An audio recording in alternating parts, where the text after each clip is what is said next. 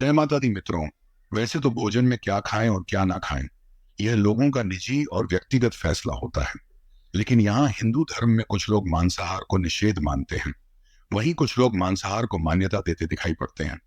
आज भी हमें कई जगह देखने को मिलता है कि एक और मांसाहार ग्रहण करने वाले शाकाहारियों को घास फूस खाने वाला बताते हैं, तो वहीं दूसरी ओर शाकाहारी लोग मांसाहार खाने वालों को जानवरों पर अत्याचार करने वाला मानते हैं। लेकिन मित्रों, किसी भी बात को आंखें बंद करके मान लेना बुद्धिमान लोगों के लक्षण नहीं होते हैं।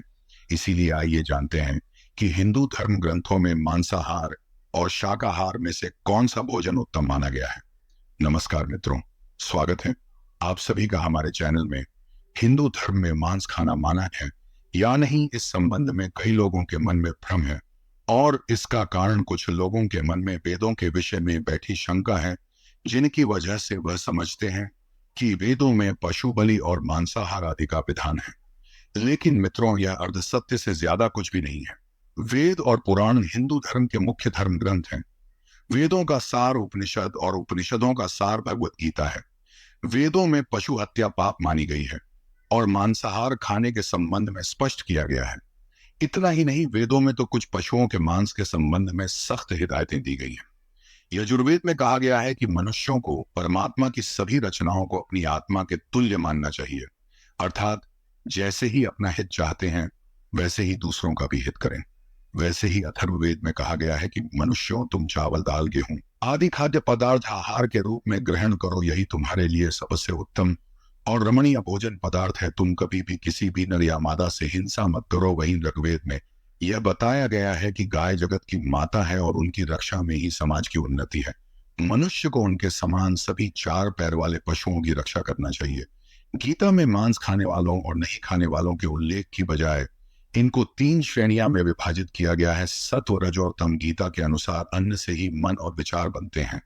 जो मनुष्य सात्विक भोजन ग्रहण करता है उसकी सोच भी सात्विक रहती है। मांस और मदिरा जैसी चीजें तामसिक भोजन कहलाते हैं। इस तरह के भोजन करने वाले लोग अक्सर कुकर्मी, रोगी, दुखी और आलसी होते हैं। गीता के अनुसार सात्विक आहार आयु को बढ़ाने वाला, मन को शुद्ध करने वाला, बल, बुद्धि और स्वास्थ्य को तृप्ति प्रदान करने वाला होता है।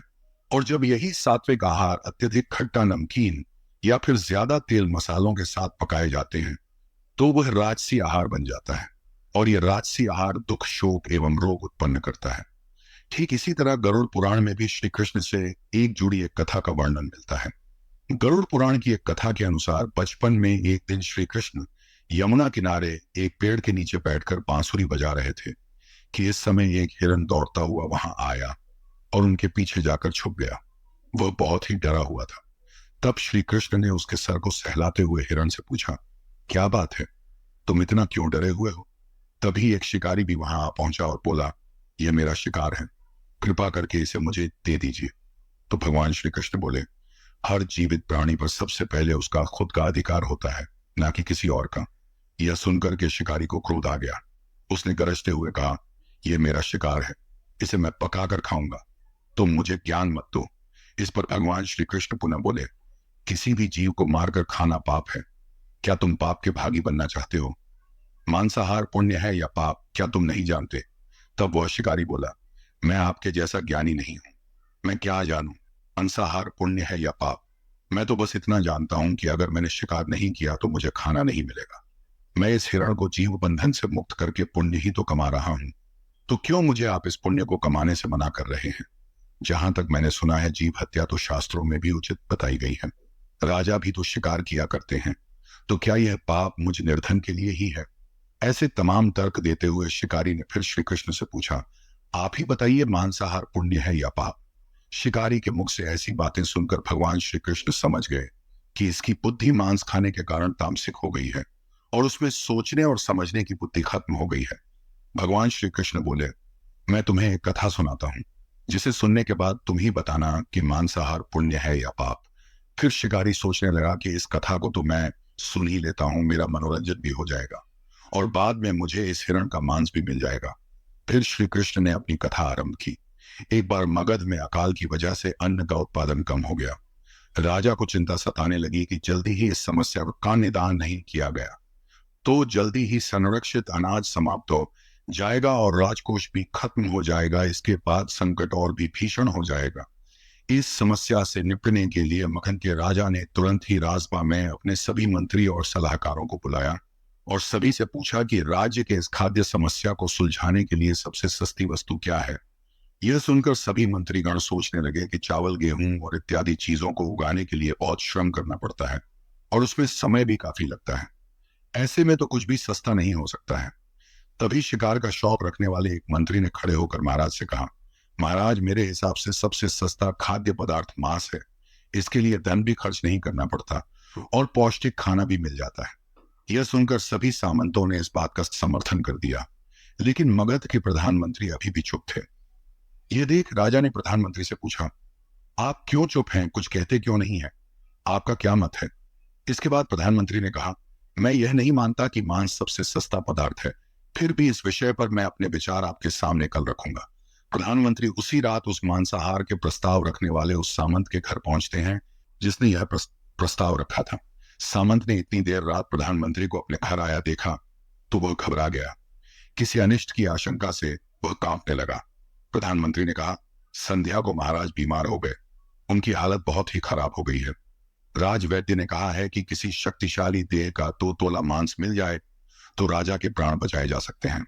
आप महाराज के सबसे निकट हैं, इसलिए आप मुझसे जो भी मूल्य लेना चाहे आप ले सकते हैं। आप कहे तो इस काम के लिए मैं आपको 1 लाख स्वर्ण मुद्राएं भी दे सकता हूँ। इसके अलावा एक बड़ी जागीर भी आपके नाम कर सकता हूँ। आप केवल हम का दिन मैं अपनी कड़ार से आपके हृदय को चीर कर दो, तोला मांस निकाल लूंगा।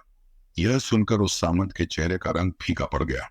वह सोचने लगा कि जब जीवन ही नहीं रहेगा तो लाखों स्वर्ण मुद्राओं का मैं क्या करूंगा, और कोई जागीर भी किस काम आएगी। वह झटपट अंदर भाग और अपनी तिजोरी से 1 लाख स्वर्ण मुद्राएं लेकर आ गया। मुद्राएं लेकर उसने प्रधानमंत्री के पैर पकड़ लिए और बोला, महाशय, मैं आपकी 1 लाख करोड़ मुद्रा एक मुद्रा और मिला देता हूं। इस धन से आप किसी और के हृदय का मांस खरीद लें, पर मुझे जाने दीजिए। मेरी आपसे विनती है कि यह बात किसी और को पता न चले। उसके बाद प्रधानमंत्री जी ने आगे कहा, सामंत जी, आप शरीर से बलिष्ठ है, आपके कद काठी भी महाराज से मिलती है, इसीलिए राजवैद्य ने खास तौर पर आप ही का नाम लिया है। आपके मांस से हमारे राजा की जिंदगी बच सकती है, आपके दान से हमारे प्रिय राजा की जिंदगी बच सकती है। यदि आप मान ले तो मैं आपको प्रधानमंत्री का पद देने के लिए भी तैयार हूं और खुद आपका कर्मचारी बनकर रहूंगा। खुद को फंसता देख सामंत प्रधानमंत्री से याचना करता है कि मैं इस योग्य नहीं हूं। जब मेरे प्राण ही नहीं रहेंगे तो मैं प्रधानमंत्री पद का या फिर राजा का सिंहासन भी मिल जाए तो मैं उसका क्या करूंगा। आप चाहे तो मेरा सब कुछ ले सकते हैं, परंतु मुझे छोड़ दें। इतना कहकर वह अपने घोड़े की ओर भागा और उस पर छलांग लगाकर बैठ गया। वह चलने को ही था कि प्रधानमंत्री ने घोड़े की रस्सी पकड़ ली और सामंत से पूछा कि भागने की जरूरत नहीं है, अब आराम से घर पर ही रहो, मैं कहीं और जाकर प्रयास करता हूं। यह कहकर प्रधानमंत्री वहां से चले गए और वह उसके बाद मुद्राएं लेकर बारी बारी से सभी सामंतों के घर पहुंचे और सभी से राजा के हृदय के लिए 2 तोला मांस मांगा, परंतु कोई भी तैयार नहीं हुआ।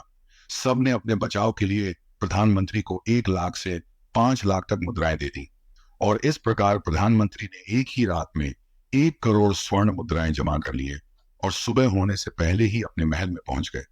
अगली सुबह राजसभा में सभी सामंत समय से पहले ही पहुंच गए। सभी यह जानने को बेचैन थे कि राजा का स्वास्थ्य कैसा है, लेकिन कोई भी किसी को रात की बात नहीं बता रहा था। थोड़ी देर बाद राजसभा में राजा आए और अपने चित परिचित अंदाज में आए और सिंहासन पर बैठ गए। सभी सामंतों ने देखा राजा तो कहीं से भी अस्वस्थ नहीं लग रहे हैं, उन्हें तो कुछ हुआ ही नहीं था। प्रधानमंत्री ने उनसे छुट बोला था। हर सामंत के मन में यही विचार चल रहा था। तभी प्रधानमंत्री ने राजा के समक्ष 1 करोड़ स्वर्ण मुद्राएं रख दी। राजा ने पूछा, ये स्वर्ण मुद्राएं किसके लिए हैं और कहां से आई? तो प्रधानमंत्री ने जवाब दिया, हे महाराज, 2 तोले मांस के लिए इतनी धनराशि जुटाई है, लेकिन मांस के बदले अपनी जान बचाने के लिए सामंतों ने यह मुद्राएं दी है। अब आप ही बताइए कि मांस सस्ता है या महंगा। अब महाराज को यह बात समझ में आ गई थी। उन्होंने प्रजा से अतिरिक्त परिश्रम करने का निवेदन किया और राजकीय भंडार में से अनाज निकालकर श्रमिकों को दिया। राजा ने तुरंत ही पौष्टिक सब्जियों की खेती का आदेश दिया और सिंचाई की व्यवस्था को भी दुरुस्त करवाया। वह 1 करोड़ स्वर्ण मुद्राएं इसी कार्य के लिए और श्रमिकों के कल्याण के लिए खर्च की गई। साग सब्जी बहुत तेजी से पैदा हुई, जिससे प्रजा का कल्याण भी हुआ और पौष्टिकता भी बढ़ी। कुछ समय बाद मौसम भी अनुकूल हुआ और खेत लहलहाने लगे, और इस तरह राज्य का खाद्य संकट दूर हो गया। स्वयं परमात्मा से यह ज्ञान पाकर शिकारी परिपूर्ण हो गया और उसे ज्ञान की प्राप्ति हो गई। वह जान गया था कि महानता जीवन लेने में नहीं, बल्कि जीवन देने में है। शिकारी ने भगवान के आगे हाथ जोड़े और वहां से चला गया। उसने कसम खाई कि वह अपना संपूर्ण जीवन में किसी को भी चोट नहीं पहुंचाएगा। तो मित्रों, जीवन का यही मूल्य है। भगवान श्री कृष्ण हमें इस कथा के माध्यम से समझाते हैं कि हम यह ना भूले कि जिस तरह हमें अपनी जान प्यारी है, ठीक उसी तरह सभी जीवों को भी अपनी जान प्रिय होती है। तो मित्रों, इस कथा को जानने के बाद अब यह आप पर निर्भर करता है कि आप कौन सा आहार ग्रहण करना चाहते हैं। परंतु विज्ञान भी इस बात को प्रमाणित कर चुका है कि हमारे शरीर के लिए मांसाहार की अपेक्षा शाकाहार भोजन ज्यादा फायदेमंद है। वैज्ञानिकों की माने तो जहां एक ओर शाकाहार हमारे शरीर में रोग प्रतिरोधक क्षमता को बढ़ाने में मदद करता है, तो वहीं दूसरी ओर शाकाहार से हमारी आयु बढ़ती है। लेकिन कुछ लोगों के हिसाब से धर्म ग्रंथों में मांसाहार को सही बताया गया है, परंतु यह सारा भ्रम उन धर्म ग्रंथों में वर्णित श्लोकों के गलत अर्थ के प्रचार प्रसार और हिंदुओं में होने वाली अशुभ बलि के कारण फैले हुए हैं। जिन जीवों को मारकर आप खा रहे हैं, उन्हें तो प्राण बचाने का अवसर भी नहीं मिलता। बर्बरता सिर्फ वही नहीं है जहां इंसान का रक्त बहता है, उसे भी बर्बरता कहा जाता है जहां स्वार्थ के लिए किसी की भी हत्या कर दी जाए।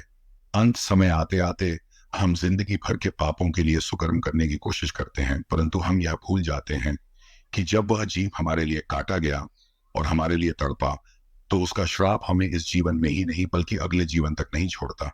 तो मित्रों, मैं यह उम्मीद करता हूं कि आपके यह भ्रम इस वीडियो को देखने के बाद कुछ हद तक अवश्य टूटे होंगे। तो आपको मित्रों, हमारी आज की वीडियो आपको कैसी लगी, कमेंट में हमें अवश्य बताइएगा, और हमारे YouTube चैनल को सब्सक्राइब जरूर कर लें, जिससे और भी रोचक जानकारी आपको मिल सके। धन्यवाद मित्रों।